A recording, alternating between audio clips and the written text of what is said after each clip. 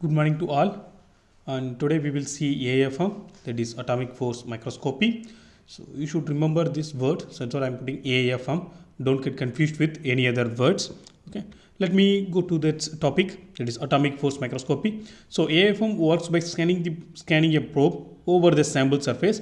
As you seen in the figure, we have some condor profile on the sample surface, and it is moving along the profile the sample surface, and you can see some laser light is coming and touching the cantilever beam, and it was refracted. It should be corrected. You can see a small probe which is very sharp. It's going to touch with the surface. Okay, so that's the same thing we given in the words. AFM works by scanning a probe over the sample surface, building up a map of height or topography of the surface as it goes along. Now the question is, what is topography? Some keywords I am talking, so you have to know. Okay, since we are going to talk about SEM, TEM, etc. So we should know what is topography and etc. Okay, so first one is the topography. It's nothing but the surface features of an object. If you're going to study about the surface of an object and how it looks like, the textures, okay, the direct relation between these features with the material properties, okay, and this will be learned coming under the category of topography. You cannot simply say that I'm going to see the microstructure, surface and analysis and other things. Okay, you have to use this keyword topography. Now next one is morphology. What is the thing? If the shape and size of the particles, grains, okay, making up the object, and direct relationship between these structures to your mechanical properties or material properties, you're going to correlate. That means morphology.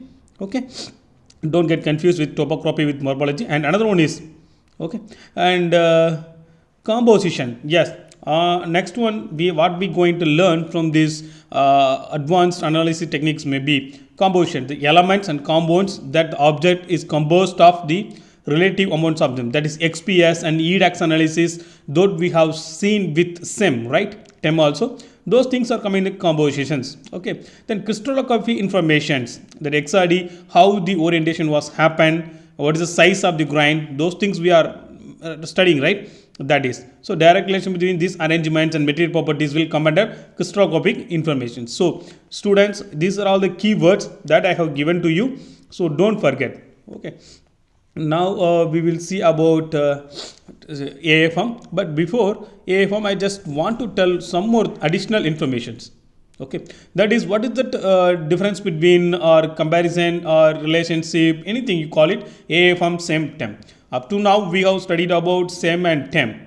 Okay, so sample preparation, let me start with sample preparations. SEM, it's very easy. Basic metallographic sample preparation is very easy. For going to see about the fractured for metallic materials, no need of making any special sample preparations. Straight away you can go and you can watch it, not an issue.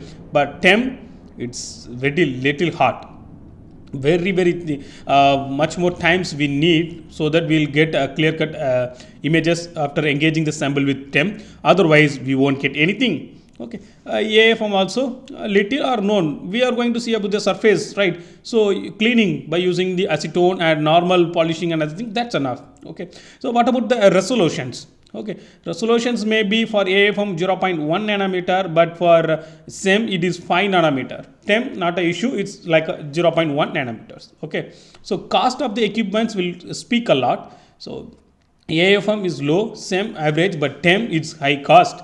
Okay, so maintenance also similarly it will go, but AFM also need very much careful, because the probe which is touching this surface will easily wear, and let us see how it's going to happen. Okay, so let us check the environment. SEM and TEM, we clearly told we need vacuum, otherwise the electrons will be disturbed by the gases, that we know. But for AFM, nothing, anything will be there. Okay, so sample type, I told you for SEM and TEM we need conductive samples, metallic samples we need, otherwise we are going for coating, sputtering, we are going to engage our samples. That is, but for AFM, conductive or insulation, anything is okay, because we are going to measure the surface by using the forces only, not with the conductive methods. Okay, so let me take the time. I told you after finishing all the setup, SEM 0 1 minute is good enough, or TEM also 1 minute is enough. We can focus the beam towards that and we will get it. But AFM, it took nearly 5 to 10 minutes, maybe average time will be vary. Okay, so what is the sample size? Next one. So TEM, we have 2 mm, 3 mm, that's it. That we have small grid, right? So that's a limitation. For SEM also, I told we cannot engage a big SEM, so maybe 1 inch. 1 inch means 25 mm or 2.5 centimeter, that's it, that's a maximum thing. Otherwise it is very difficult to work on it. Okay, but AFM is going to search your surface only, so sample size is not a big criteria, we can go with.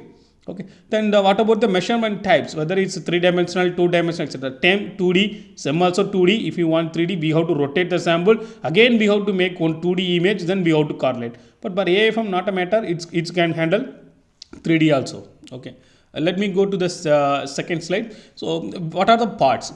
It was having cantilever as we shown. We have one the sharp tip on the surface, and we have the laser and the multi-segment photo detector, which going to detect the reflected lights. Okay, so these are all the things we are going to study. Let me check. So we can divide this part under 3 categories. One may be the microscope stage, where we have the tip, sample holder, force sensor, etc. Controlled electronics, where is the optical microscope, vibration controls are came there. Computer, where it's integrated with the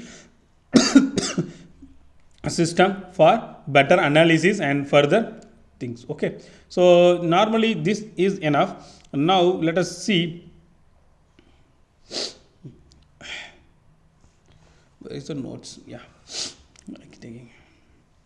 So here I have given different type of tips over here. It's a normal tip, and this one is the second one's ultra level lever tip, just a 3 mm tall, and it's a electron microscope micrographs. Okay, that's a C is ultra level tip, and second was the super tip, and you can see very smaller one. Okay, so that's it. So we can use this different type of tips, and you cannot simply say that I can use this type of tips for this one. It's depend upon the sample size and type of the samples, whether it's a biological samples or metallic samples, whether it's a glass samples. According to that only you have to select your own tip. Otherwise wear will take place before you reaching one end to another one. You have to go for other changes. Okay, now the basic components of AFMs. So as we told, we have cantilever and tip, laser and scanner, detector, etc. Okay, so let me tell it very fine tune. Okay, we have one data processor, and we have one feedback loop also, so that we can do the corrections.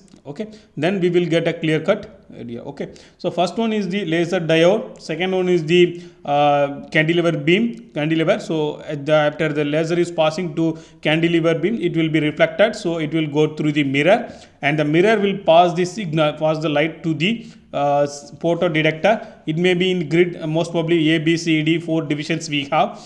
Okay, then it will pass through the photo detector, will send the signal to the feedback loop, and let me check whether it's okay. It will okay, otherwise it will go back to the loop, and we have to make the corrections. Okay, and it will go to the sample positioner so that it can correct it. So after that only it will pass through the system, where we can going to get the images of the items. Okay, so principle of the atomic microscope. So there are some force means how much force, not in Newton. Let me check. There is small forces like van der Waals forces, electrostatic forces, magnetic forces, chemical and pulley repulsive forces are available. So it is happen with the tip. Okay, and also, and previously we have seen the differences between AFM and electric microscope, and other microscope will go for 10,000 x, whereas AFM maybe go for 1 lakh x. Okay, and you have the 3D also, no problem. So when the tip is brought in the proximity of the sample surface, forces between the tip and the samples lead to deflections, okay, of the cantilever. So these reflections will be measured in the photodiode array, then it will taking back. These signals will process, and finally we are getting the images. This thing is very much helpful to see the surface roughness and profiles, whether the coating is given properly or not, evenly or not. Okay, those things also we can check. And this deflection correction by this sensing the reflected sensor, as I told, the backside of the cantilever will push into the photodiode. Okay, so nothing to worry, and we'll go to again the same concept. So the tips, most probably it is most probably the SI NO or SI, and extended down to the end of the cantilever, and we have the optical system which is used to detect. Okay, and that's it. And some images will be like a normal one. So there are we have talked about repulsion force and van der Waals forces, right? So tip surface to tip surface distance force to distance, if you make a curve, initially it will be above the 0. Okay, that is called repulse region. That is mean while going for contact mode, so force will be high. So okay, so it will be high, it is coming around more than 0. So when you going for non-contact mode, the forces are nil, or let's negative side it will go. Okay, and there isn't far away from the surface means it will be in 0. That's it. Now these are all the small applications where we can use this at AFM. Nowadays we are using AFM to make some surface profiles, waves, etc., to make the grips. And sometimes if you need to put the MIM device and other things the exact location, for that micro level, nano level, we are going to dig a small portion where we can put the sensor and other things. For this also AFM is using, not only for detector, now this is the latest technology. Okay, so you can see the atomic microscope. We have two sides. One is the atomic microscope, and we have imaging mode. Okay, so we have to choose the imaging mode with respect to the workpiece and the availability. Okay, there is two modes are available. There is contact mode. Another one is non-contact mode. Another one is tapping. But here making tapping or non-contact mode, but there is three modes are available. Okay, so if you're going for contact mode, you should talk about the friction also, right? Because it's going to touch the surface, so we are going to get frictions. So whenever the friction is happening, wear will take place, heat will generate. Okay, remember those things. So that's what I'm telling you, how to choose the surface and tip carefully. Okay, sometimes if keep on going, heat is not extracted means there isn't a chance to adhere the surfaces with the tip, that also chance. So we should take care of everything. Okay, so there is one more thing is electrostatic interaction, magnetic interaction, those also available. But electrostatic interaction is caused by the localized charges and the polarizations of the substrate due to the potential difference between the tip and the sample. This usually happen, right? Electrostatic interactions, and you may experience in your lifetime also. It's not big expenses needed for this thing, and it has been used to study the electrostatic properties of the sample, such as microelectronic structures, charges of insulated surface, or ferroelectric domains, those things. So in upcoming device, we may see about the magnetic properties of the materials. You maybe know the influence or value of AFM. Okay, so magnetic interactions caused by the magnetic dipoles both on the tip and the samples. Okay, this interaction is used to for magnetic force microscopy study the magnetic domains of the sample surface. Okay, so yeah, now let's come to the contact mode and non-contact mode. Let me go to next. Okay, so contact mode. Okay, there is the deflection of the cantilever is keeps it's a constant. Okay, so deflection is keeping as a constant. We are not going to change the height, so we are going to make the deflection may be constant. So we have to see how much height we were raised so that the deflection was kept as a constant. So that height was, that adjustment was measured, and it was used to reproduce the images. Okay, there's another one is called non-contact mode. Okay, the tip is oscillated at the resonance frequency, and the amplitude of the oscillation is kept as a constant. Okay, so tapping mode, another one. So the mode is, which is taking in between contact and to non-contact mode. Okay, so let me check the comparison a little bit. So both non-contact mode and tapping mode or contact mode, let me check, both are based on the feedback mechanism of the constant oscillation amplitude. Okay, so non-contact mode may be amplitude set as 100% of free amplitude, but for tapping mode, which is contacted, right? So we may have to set at least half of it, that is 50% of the free amplitude. Okay, so to tapping mode give more high resolutions with minimum samples damage. Okay, so in between, that is contact to non-contact mode. So whenever it need, it will contact, otherwise it will go for non-contact. Okay, and it's nothing. So as I told, we are seeing the two methods. So okay, so one, you can keep the constant force Otherwise you can keep the height as a constant and you can go for it. Okay, so in this constant height mode of scanner, two types of scan we can do, that's it. So in the constant height mode, the spiral variations of the cantilever deflections is usually directly to the is used directly to the generate the topography data set as because of the height of the sensor is fixed as it scans. Okay, so whatever the loops, whether it's have ups and down or different counter profile, the height is constant. So okay, the adjustment of height, how much we have adjusted will be noted. Okay, then it will be used.